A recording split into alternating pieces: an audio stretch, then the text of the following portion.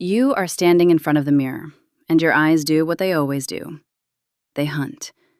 They track the curve of a flaw, a blemish on your skin, or the stinging memory of words left unsaid. Your chest tightens. Your breath grows shallow and thin.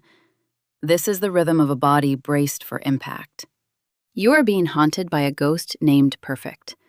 I know the heavy, hollow silence that follows when you realize you've been holding your breath, waiting for a version of yourself that doesn't exist to finally arrive.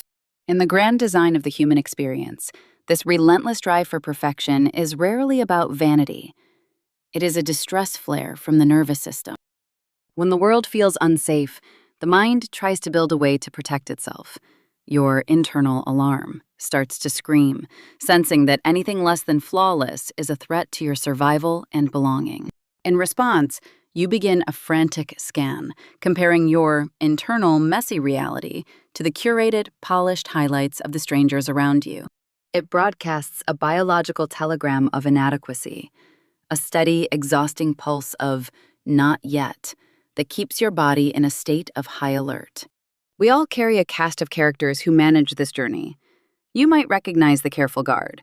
This is the part of you that believes if everything is managed just right, if the walls are high and the edges are sharp, no one will ever find a reason to leave you or tear you down. This part works through the night, measuring every sentence and every choice against a blueprint that is impossible to satisfy.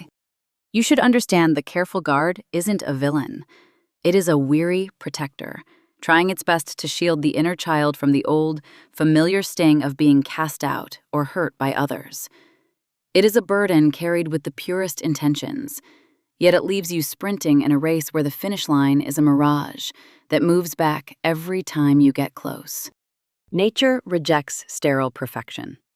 A forest's masterpiece is from dense entanglements, rot, knotted roots, and diversity of plants, proving harmony is the collective beauty of unperfect things working in concert.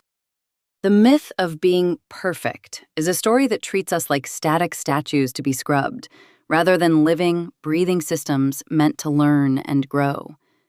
When you wake up to this, you see that your flaws are actually the beautiful accents of your life.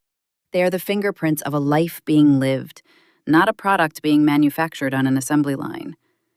The transformation begins the moment we stop trying to fix the person, and we start to understand ourselves better by offering a seat at the table to the parts of us that are simply terrified of being seen.